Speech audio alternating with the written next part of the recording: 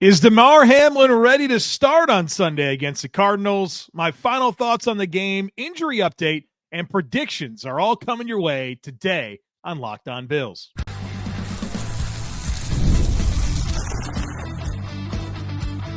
You are Locked On Bills, your daily Buffalo Bills podcast. Part of the Locked On Podcast Network, your team every day. What's up, Bills Mafia? It's Joe Marino, author of Go Bills and Buffalo's Run, also the co-host of the Locked On NFL Scouting Podcast, and I'm your host of Locked On Bills. Want to thank you for making Locked On Bills your first listen every day, and a big welcome and shout out to our everydayers. You know who you are. Those of you who never miss a single episode, I appreciate y'all being here very, very much. I'd also like to invite you to subscribe or follow for free on YouTube or wherever you listen to podcasts. We're part of the Locked On Podcast Network, your team every day. This episode is brought to you by PrizePicks. Go to prizepicks.com/LockedOnNFL and use code all lowercase LockedOnNFL to win $50 instantly when you play $5. Well, folks, welcome in. This is our usual last conversation before a Bills game. And so on today's episode, we'll dump all my final thoughts in the opening segment. Then we're going to talk to Dr. Kyle Trimble of Banged Up Bills about all the injuries. And then we'll close out the episode with my 5 predictions for Sunday. So let's do it.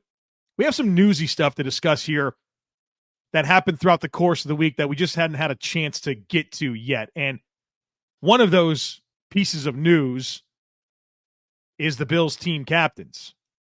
Big storyline coming into the year that 6 of the 8 captains from last year no longer on the team. And so who's it going to be this year? Well, there's only 2, Josh Allen and Terrel Bernard. Obviously a major shift. The Bills under Sean McDermott, it feels like they've had 6 to 8 captains just about every year. And so from 8 to 2, big shift. One of the questions I had when I saw this news was, is this a correction? Did they have too many voices potentially as part of the mix last year, or maybe just the dynamics of this roster with the turnover? It felt necessary to define the captains a little bit more. Not sure. But Sean McDermott commented on it and said, look, every team kind of has a new life and feel to it, and they felt like this was the right thing to do. Now, Allen and Bernard, as the captains, are supported by a 10-player leadership council. And the Bills have had a leadership council in place, I think, every year under Sean McDermott. This isn't new, but it's certainly more emphasized now that you only have 2 team captains. So the 10 players on the leadership council, Dion Dawkins, Connor McGovern, James Cook, Khalil Shakir, Dawson Knox, Von Miller, Daquan Jones, Taron Johnson, Taylor Rapp, and Reed Ferguson. Typical names that you would have expected to be part of this leadership council. It feels like maybe there was in some intentionality to have every position group represented, because I think obviously that's true when you look across all these names. So Josh Allen, Terrel Bernard, your Buffalo Bills team captains for 2024. The other thing that came out this week was the Bills depth chart. And we finally know, well, I guess the big thing is who's going to start at safety. Taylor Rapp, we knew that one. Damar Hamlin, his running mate. And what's interesting to me about Damar Hamlin in general is why the conversation is the way that it is. I understand that Damar Hamlin has a lot to prove. But when did he become a polarizing figure? I think the benefit in Damar Hamlin being the starter is that he's the most experienced safety on the team in this system. I like Mike Edwards. I think Mike Edwards is a good football player. I'm excited for Cole Bishop. But with the newness of this defense, perhaps it does make the most sense to play the guy that's the most experienced. And let's not act like Damar doesn't have a little bit of upside to him. Started 13 games 2 years ago. And one of the talking points that I keep going back to with Damar Hamlin, when it comes to that season, of course, we know how it ends in Cincinnati for him. But when you were thinking about the Bills going on a playoff run, did you think one time that it wasn't going to happen because Damar Hamlin was starting at safety? Did you think the Bills weren't going to be able to win the Super Bowl that year because Damar Hamlin was starting at safety? I understand he's got questions, but this isn't a replacement level player that has no business being in the NFL. This is the guy for now. We'll see. It's only a matter of time before it's Cole Bishop. But this is Damar Hamlin's opportunity. And I hope that in recent Bills history, we've learned that opportunity sometimes brings about some excitement. Terrel Bernard got his opportunity. How'd that go? Joe Andreessen got his opportunity. How'd that go? Osiris Torrance got his opportunity. How'd that go? James Cook got his opportunity. How'd that go? I mean, it goes on and on. And so I'm certainly hopeful that guys who are getting opportunities, looking at Damar Hamlin, looking at Dorian Williams, that we have another great story to tell or another couple great stories to tell. So obviously a big opportunity for Damar Hamlin. And it feels like throughout the course of the offseason, the momentum just kind of kept going to Damar Hamlin. When Mike Edwards was injured during OTAs, the name was Damar Hamlin. Guys are getting hurt. Damar Hamlin's kind of the steady presence throughout training camp. So here he goes. Damar Hamlin's big shot to start in the NFL. Some other notes on the depth chart. Mac Hollins listed as a starting receiver. The Bills listed Khalil Shakir, Curtis Samuel, and Mac Hollins as the starting receivers.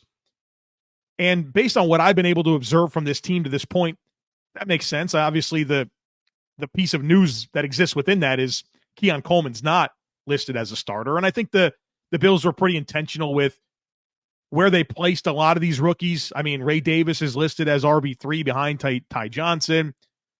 You have just different situations. Keon Coleman behind Mac Hollins, where you could feel like there's some intentionality behind what the Bills are doing there. But I do think the point being with that receiver position, this isn't a Gabe Davis 80+% of the snap situation. It's going to be shared between Mac Hollins and Keon Coleman. And as Josh Allen gives Keon Coleman opportunities to make plays in games, the results of how that goes will dictate the volume that ultimately goes to Keon Coleman, at least early in his career. Certainly as the 33rd pick in the draft, the idea is for him to be a major part of this offense at some point. It's week one of his rookie season. He's the youngest player on the team. So curious to see how that plays out. But I think there's going to be a lot of sharing of that job between Keon Coleman and Mac Hollins. On the episode I did, I think it might have been Tuesday or Wednesday, whenever I did Herd Mentality, I talked about the Bills' salary cap situation and how they had almost none. And I said, there's going to be a move made here for Brandon Beane to create some operating funds, and that happened probably 2 hours after I published that episode. The Bills restructured the contracts of A.J. Epinesa and Daquan Jones to create $2.78 million in cap space. So that puts them around $3.8 million right now in cap space. Still not much at all. So the Bills will obviously, if they want to make moves or there's different roster things that they need to do, they're going to have to continue to find ways to clear cap space. So cap is tight. The last thing that I want to mention in this opening segment is something that I've said for, the last several years in the opening segment of the week one game. And that it's enjoy the season, folks. We love football. We love the Buffalo Bills. It doesn't always go the way that we want it to, but this should be a fun part of your life. Being a fan of the Buffalo Bills should be a net positive to you. Enjoy it. You only get so many of these seasons to enjoy. Take advantage of it. Take all the great parts of being a fan and embrace them.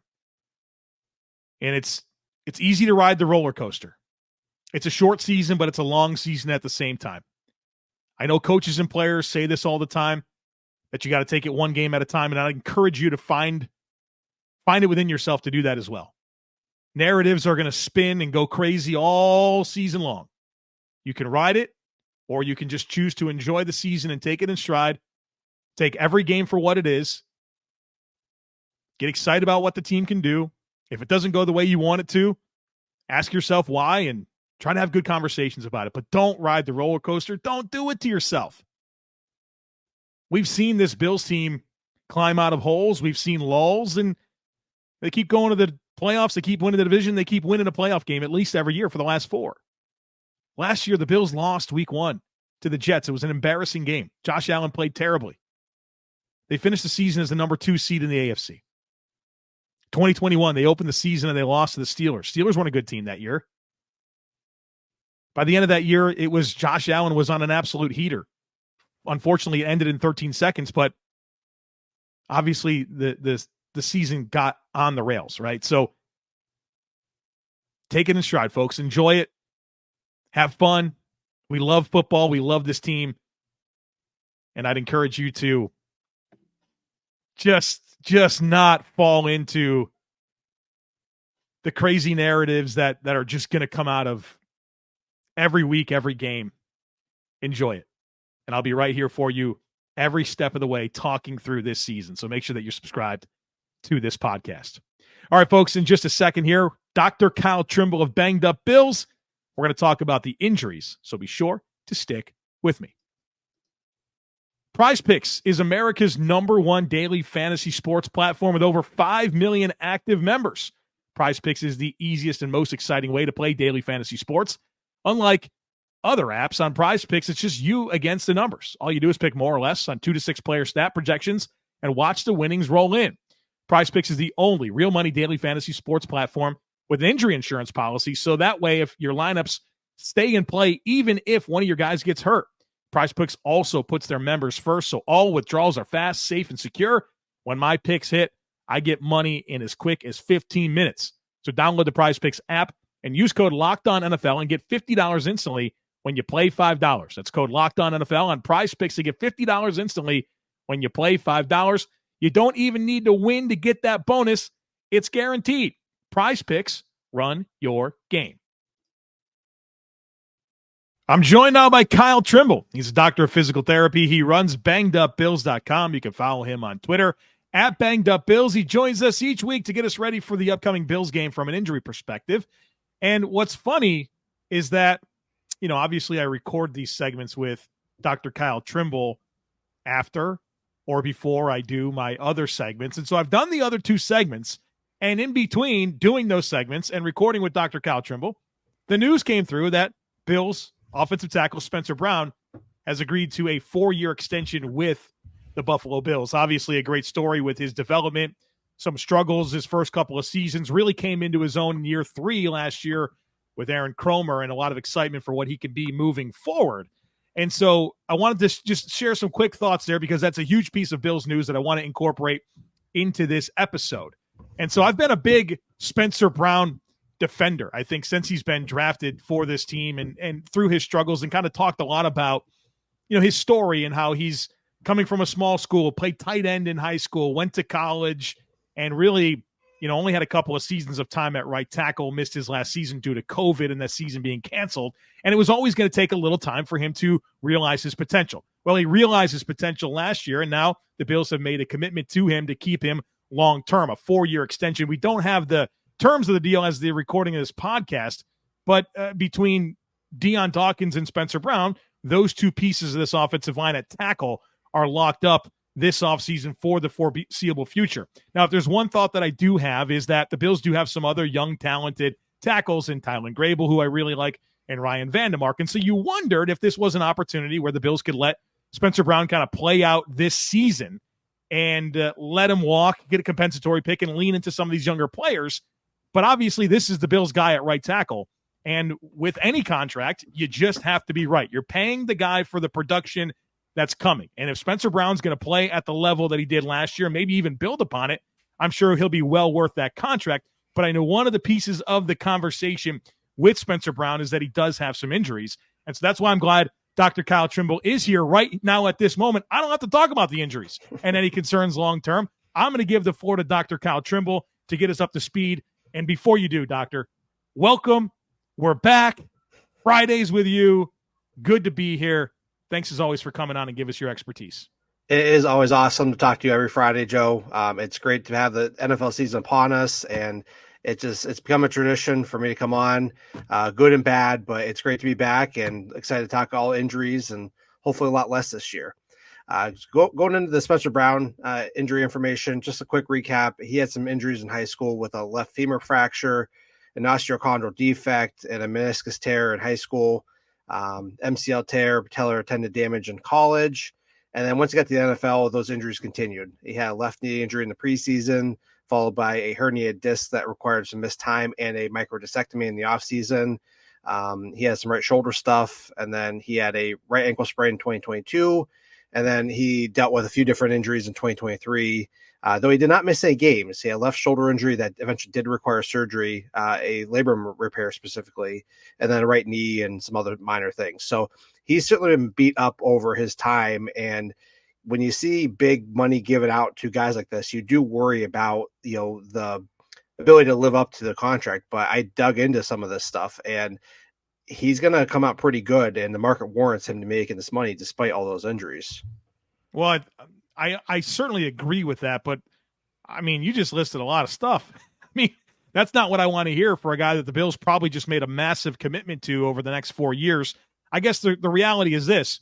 Is there anything about his injury history other than it being lengthy, and there's been stuff seemingly every year, is there anything about that makes you say, you know what, he's more likely in the future for this to continue? The only concerns I have are more or less a microdiscectomy, if that's going to continue leading to issues, if he's going to need some type of laminectomy or a fusion, or there's other discs going to be herniated. They know what his back looks like, and of course, if they're going to give him big money like that, they're pretty certain it's looking good. Labrum repair, yeah, you can tear it out again, but offensive linemen can play through that injury, and it's an injury that, yeah, it's unfortunate. It can affect him, but it's not the long-term concerns that I see with some other injuries like you see with the back or other things like that.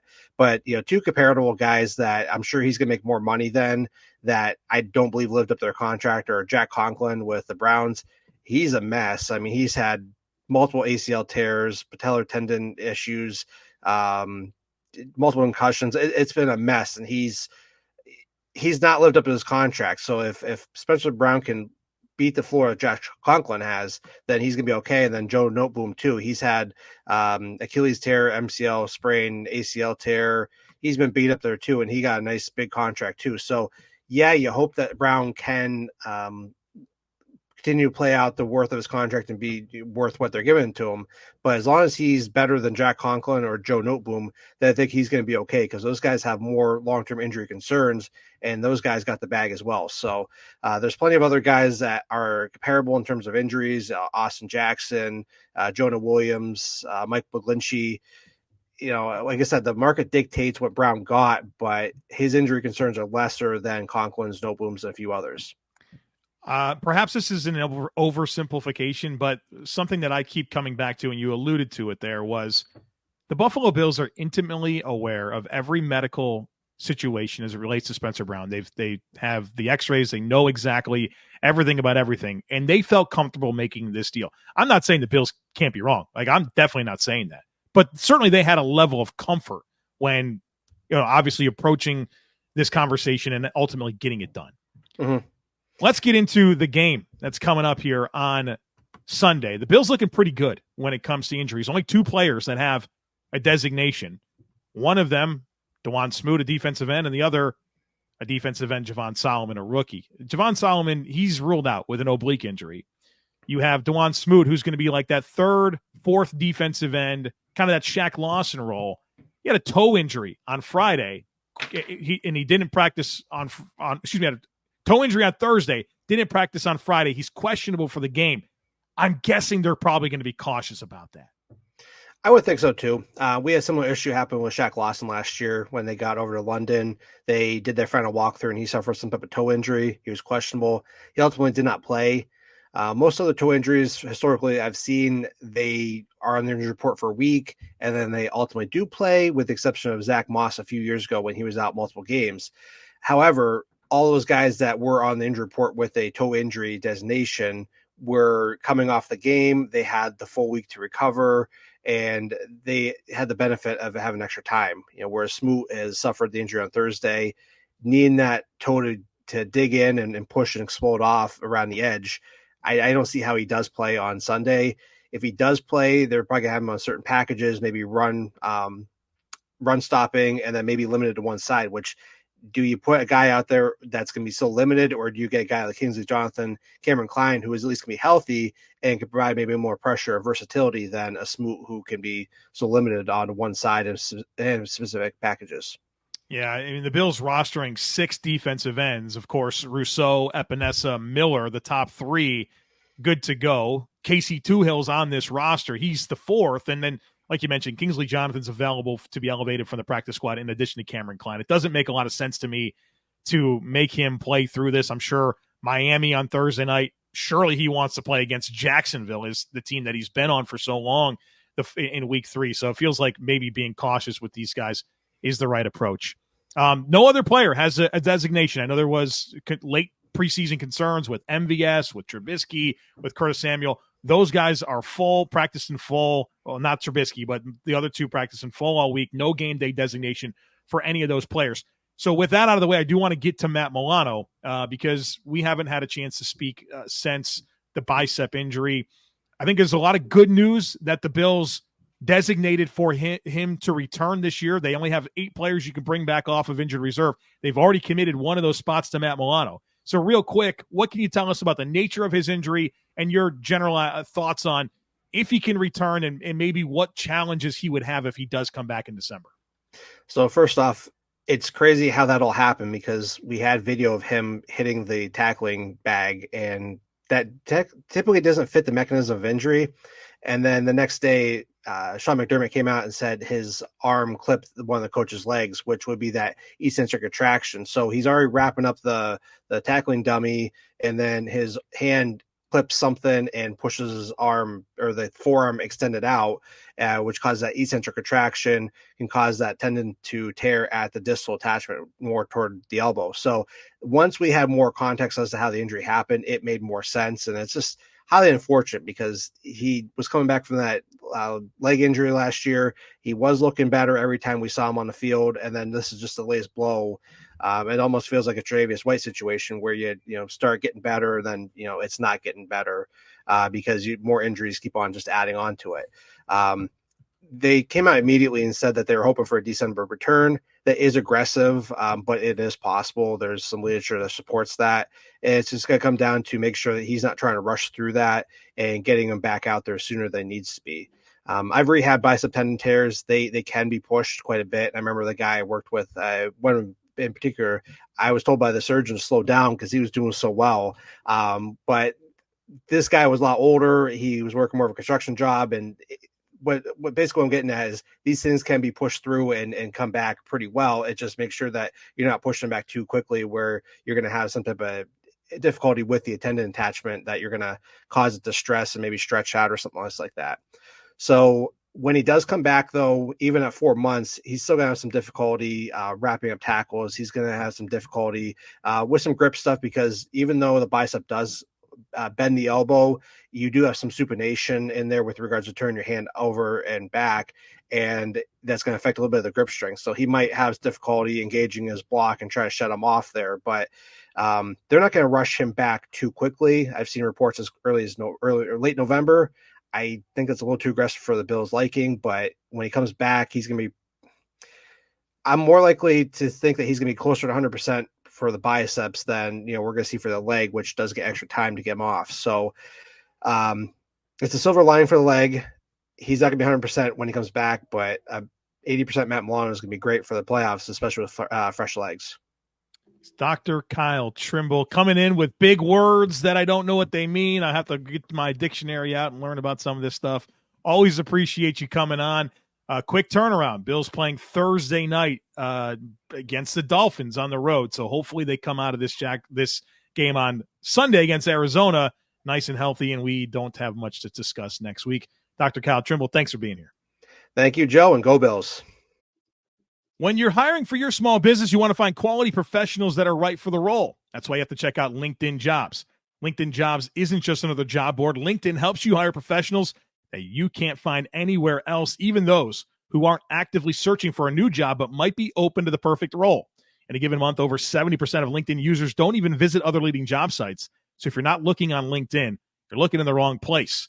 On LinkedIn, 86% of small businesses get a qualified candidate within 24 hours. So hire professionals like a professional on LinkedIn. In fact, 2.5 million small businesses use LinkedIn for hiring. So post your job for free at linkedin.com/lockedonnfl.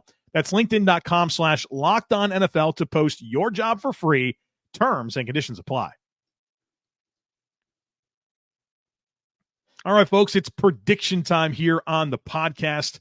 A couple quick notes, though, before I give you my predictions.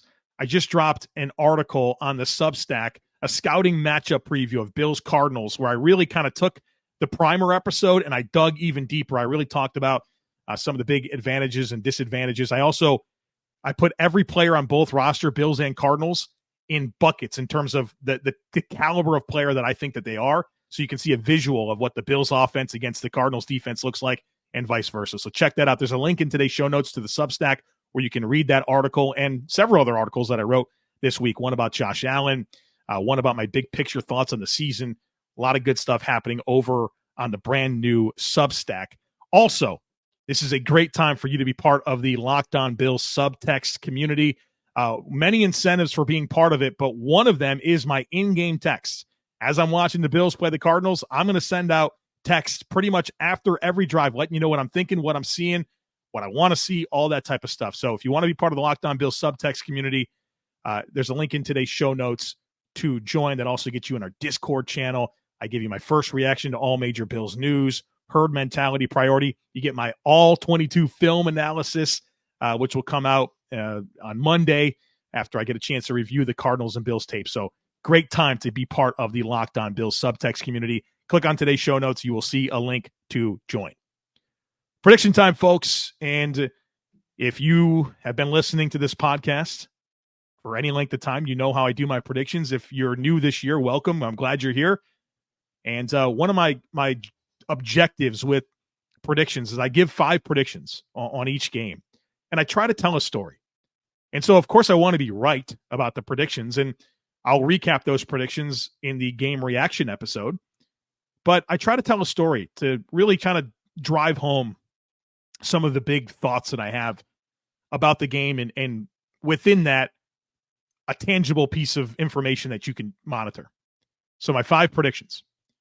Number 1, put me down for 150 or more rushing yards from the Bills. I do believe that the Bills want to run the football this year. And I think they're going to do it, and I think they're going to be successful with it, and it's not a bad thing.